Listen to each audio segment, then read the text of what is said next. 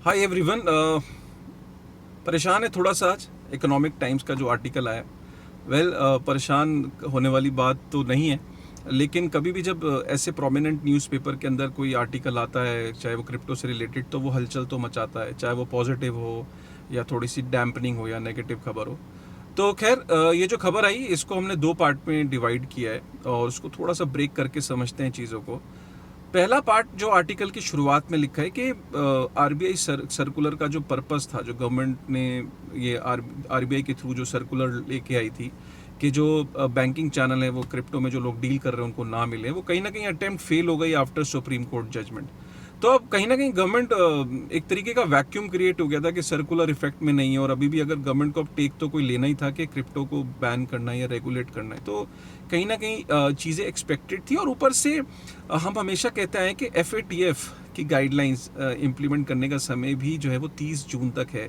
तो 30 जून तक या तो जो उसके मेंबर्स हैं FATF के, जिसका इंडिया भी पार्ट है, तो या तो उन्हें बैन करना है या उन्हें क्रिप्टो को रेगुलेट करना है। तो कहीं ना कहीं ये टाइमिंग कुछ इस तरीके की है कि FATF की गाइडलाइंस को मद्देनज़र रखते हुए भी ये कदम उठाया गया है। सो बेसिकली जो आर्टिकल है उस दो पार्ट में डिवाइड करते हैं। पहला पार्ट तो मैंने आपको बता ही दिया कि गवर्नमेंट के जो आरबीआई सर्कुलर जो था वो अटेम्प्ट फेल हो गई, तो गवर्नमेंट चाह रही है कि अब कोई लेजिस्लेटिव बॉडी के थ्रू या मतलब पार्लियामेंट के थ्रू एक लीगल फ्रेमवर्क जो है वो डेवलप करे और क्रिप्टो को बैन किया जाए, जो आर्टिकल कह रहा है। और दूसरा ये जो पार्ट है, दूसरा पार्ट इंपॉर्टेंट है कि जो कैबिनेट ड्राफ्ट नोट, अब ये होता क्या है, इंपॉर्टेंट डॉक्यूमेंट होता है, बेस होता है किसी भी बिल का या किसी भी लॉ जब बनना होता है, तो एक कैबिनेट ड्राफ्ट नोट तैयार होता है। इसका पर्टिकुलर एक फॉर्मेट होता है, एक एनेक्चर होता है, और जनरली ये डॉक्यूमेंट पब्लिकली डोमेन में अवेलेबल नहीं होता। तो इस डॉक्यूमेंट के अंदर बेसिकली एक प्रपोजल होता है उस पर्टिकुलर मिनिस्ट्री की तरफ से कि उसने अपनी तरफ से एक कमेटी बनाई, उसने उसकी क्या फाइंडिंग्स कह रही हैं, उसने स्टेक होल्डर से बातें करी, उसके बेसिस पे उसकी क्या प्रपोजल है वो इस ड्राफ्ट नोट के अंदर सबमिट होता है। अब ये आर्टिकल कह रहा है कि यार वो ड्राफ्ट नोट जो है वो फॉरवर्ड हो चुका है इंटर मिनिस्टीरियल कंसल्टेशन के लिए। तो क्या ये फॉरवर्ड हो चुका है? अब एज पर दी आर्टिकल, ये उनके एज पर दी सोर्सेज जो इकोनॉमिक टाइम्स ने बोला कि ये फॉरवर्ड हो चुका है। अब इसके अंदर इंपॉर्टेंट ये कि इस ड्राफ्ट नोट के अंदर क्या प्रपोजल हो सकता है।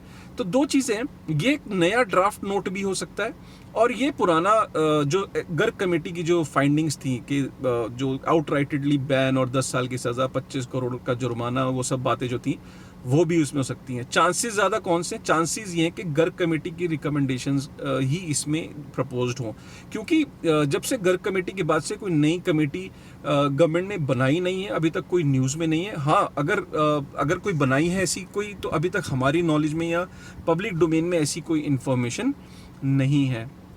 तो मोस्ट लाइकली ये लेके चलते हैं कि जो गर्ग कमेटी की जो रिकमेंडेशंस थी वही इस ड्राफ्ट नोट के अंदर है। अब इसमें बेसिकली स्टेप क्या होते हैं? तो सबसे पहले जो ड्राफ्ट नोट तैयार होता है, लग रहा है कि गवर्नमेंट ने ऑलरेडी वो ड्राफ्ट नोट तैयार कर लिया है। नंबर 2, ड्राफ्ट नोट जो है वो इंटर मिनिस्टीरियल कंसल्टेशन के लिए जाता है। तो इंटर मिनिस्टीरियल कंसल्टेशन में जितनी भी डिफरेंट मिनिस्ट्रीज होती हैं, फाइनेंस मिनिस्ट्री, होम अफेयर्स हो गया, डिफेंस हो गया, और आपकी जो डिफरेंट मिनिस्ट्रीज हैं, उनके अंदर ये कंसल्टेशन के लिए जाएगा। आपस में जब वो कंसल्टेशन कर लेंगे तो ये जो थर्ड स्टेप है ये कैबिनेट अप्रूवल के लिए जाएगा। कैबिनेट अप्रूवल, कैबिनेट क्या होता है? कैबिनेट एक सुप्रीम पावर है जिसमें आपका जितने भी यूनियन मिनिस्टर्स होते हैं, स्टेट मिनिस्टर्स होते हैं और डेप्यूटी मिनिस्टर्स होते हैं, जो बेसिकली जो डिसीजन मेकिंग पावर है कंट्री की, आप एक तरीके से समझ लीजिए, तो उनके पास ये जाएगा। और एक बार अगर कैबिनेट से अप्रूव हो गया, फिर ये पार्लियामेंट के अंदर ये बिल के फॉर्म में इंट्रोड्यूस होगा, जिसलिए वहाँ पे फिर फाइनली वहाँ डिबेट होगी, ऑपोजिशन के अगर कोई कंसर्न्स है वो रखे जाएंगे, थोरो चर्चा होगी। उसके बाद एक बार ये जब वहाँ पे पास हो गया मेजॉरिटी के साथ, तो फिर ये जो बिल है ये लॉ का फॉर्म ले लेगा। और कब इम्प्लीमेंट होगा? जिस दिन ये नोटिफिकेशन इसकी आ जाएगी, और जब ये ऑफिशियल गैजेट में इसका नोटिफिकेशन आ जाएगा, उसके बाद से ये इम्प्लीमेंट हो जाएगा।